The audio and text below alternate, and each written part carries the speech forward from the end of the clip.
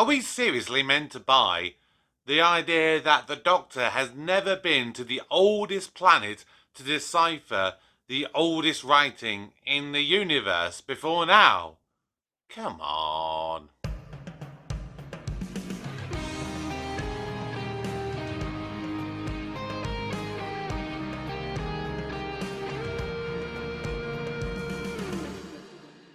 Hello everybody, welcome back to the channel. My name's Kevin, I'm a geek. You're watching Kevin the Geek, and we are here for the final story of Series 5 of Doctor Who. And feels like no time at all since I've started this series. It really doesn't.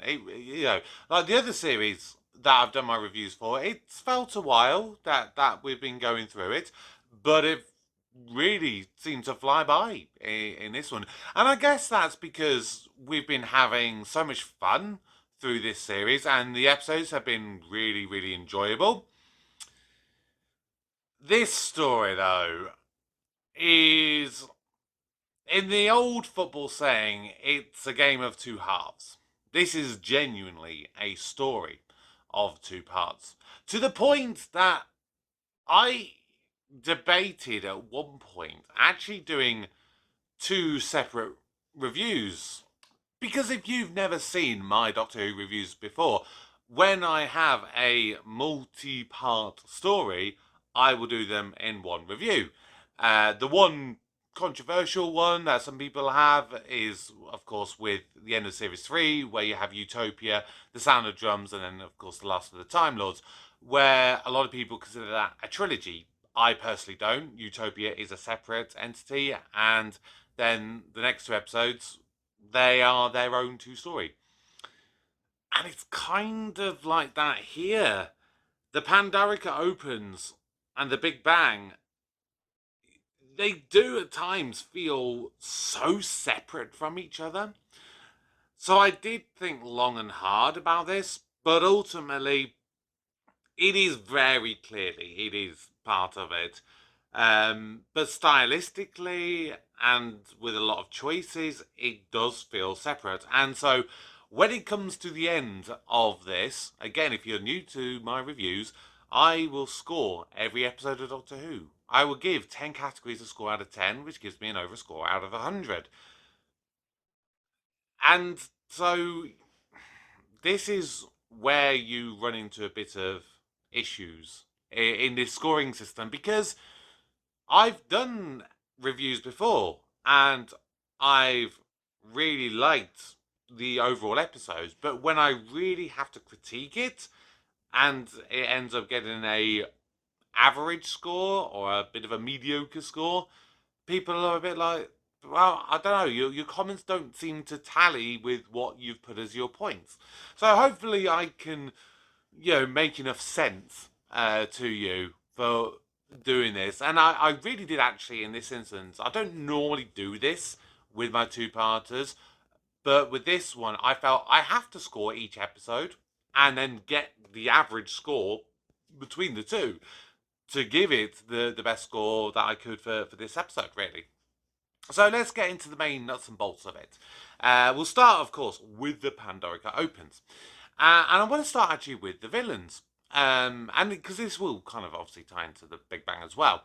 But the villains, the Alliance, they featured on a ranking that I did last year when I ranked the best one-time villains of Doctor Who.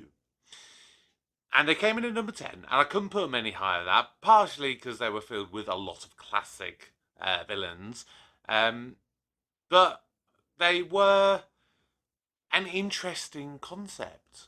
They really, really were. The idea that you have all of these different enemies of the Doctor fearing so much the destruction of the universe that they literally feel that they have to stop him, that is interesting.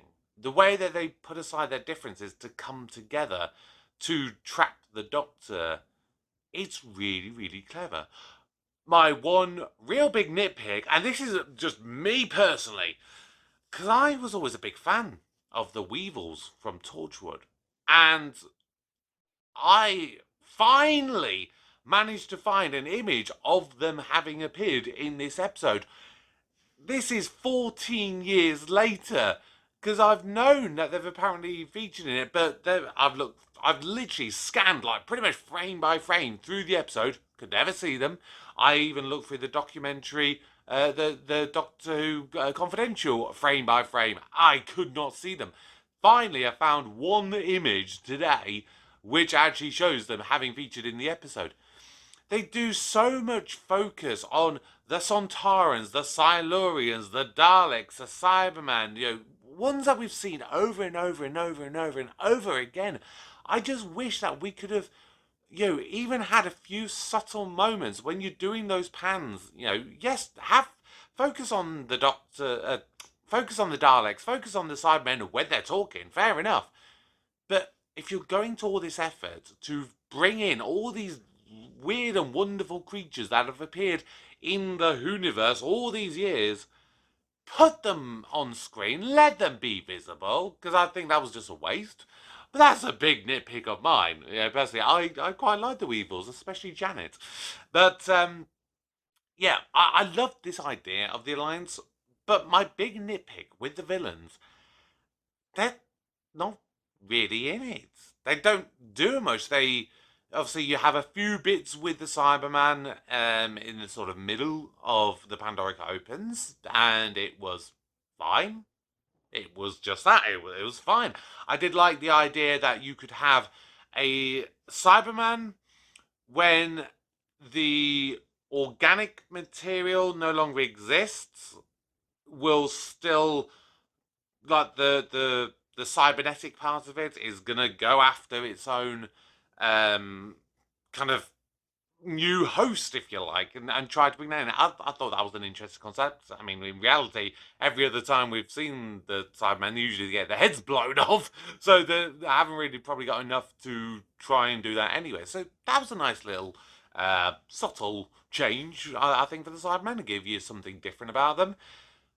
But otherwise, the Dalek that was in the Big Bang, that could have literally been any villain at all. It just so happened to be a Dalek.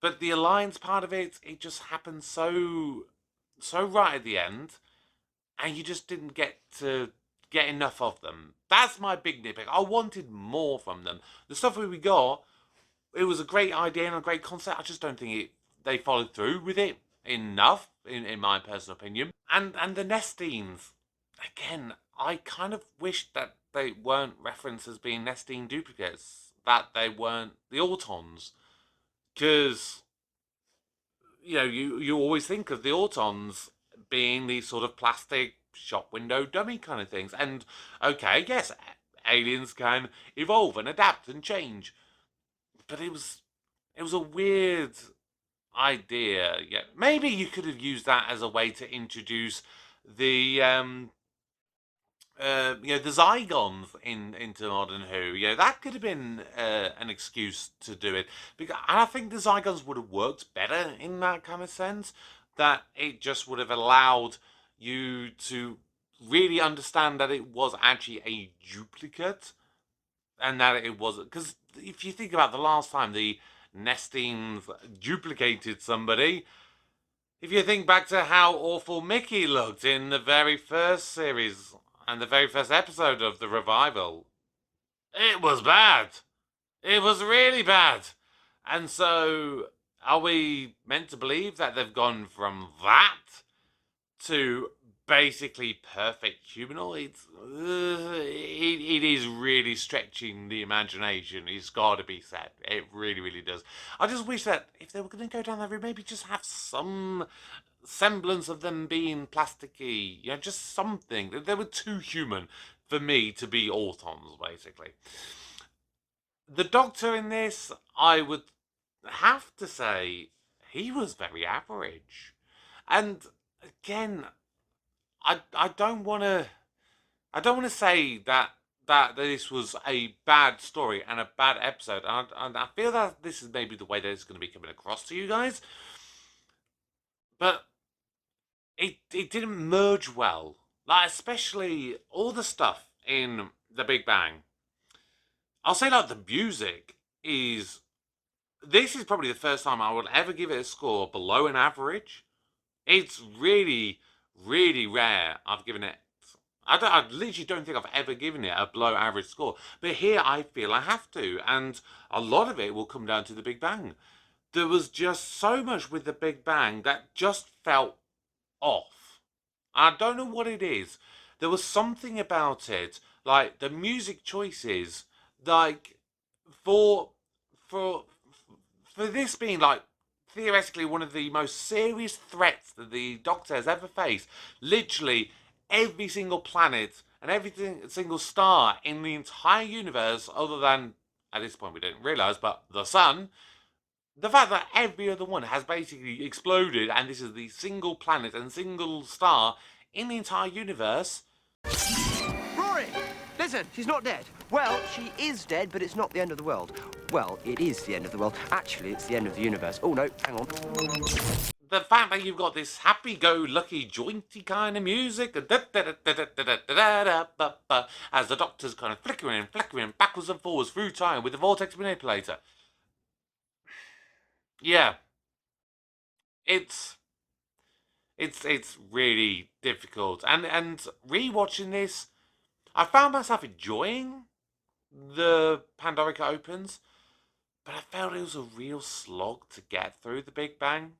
I don't really recall it feeling that way in the past, but I often will only watch the Pandorica opens and mostly skip the Big Bang. And I feel a bit harsh for doing that, because there's a lot of stuff that it does reasonably well. You know, Rory, I think, is great in this, as is River Song. Amy, kind of similar to the Doctor, is just sort of average. You know, she doesn't do a bad job. They've had so many really good highs in this series that it feels a shame to think, they've kind of taken a bit of a step back in this episode, in this story. And I don't think it was any fault of theirs. I just think it was the story just didn't lend itself to it all that particularly well. But Rory and River, they were fantastic, especially River with the showdown against the Dalek. That is probably the highlight of that episode. I'm River Song. Check your records again. Mercy! Say it again. Mercy! One more time. Now, the one thing I will say that I do always love about the Doctor from this story is the big old speech he does in the Pandorica opens, which is a fantastic speech. It's a real badass moment, isn't it? It's got to be said. And I put it on my ranking when I did some of the top 10 most badass Doctor Who speeches last year. Check out my various Doctor Who rankings. Like I said, I've done a fair few over the last 12 months, and I want to do a few more of them. And I was thinking in this one, I was thinking about maybe doing one about some of the best cliffhangers of Doctor Who. And the reason it made me think that is because obviously I did a ranking where I did some of the best cold opens of Doctor Who. And this one was one that just didn't make the list. It was a really long one. It's a really long cold open. But the cliffhanger between the two episodes is really great. Because you go into it, you're thinking, oh my god, Amy is dead. You're going into thinking the Doctor is trapped in the Pandorica. You're thinking that River Song is trapped in the TARDIS, which is literally about to explode. Then you see that the entire universe gets basically wiped out. That is an incredible, incredible cliffhanger. One that makes you literally go, I do not have the foggiest idea how the Doctor and the companions are gonna get out of this. You've got nowhere to go, it would seem. And so, when you come to the next episode and it all just sort of unravels within seconds, that's where that episode, I think, just fell apart for me. But you can have a great cliffhanger. But a lot of times I feel it doesn't always necessarily stick the landing when it comes to the second part. And that's a shame, I think, with two-parters, because this really could have been a much better kind of finale had the second part been a lot stronger, in my personal opinion. But those are just my thoughts.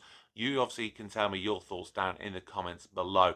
But I now need to rank this episode. And like I said before, the way I do it is I give a score out of 100. And I use that to give it a grade. And then I'll use it for my future rankings. When I rank all the episodes against one another. When I rank the series against one another. So let's see the scores for the Pandorica Opens and the Big Bang.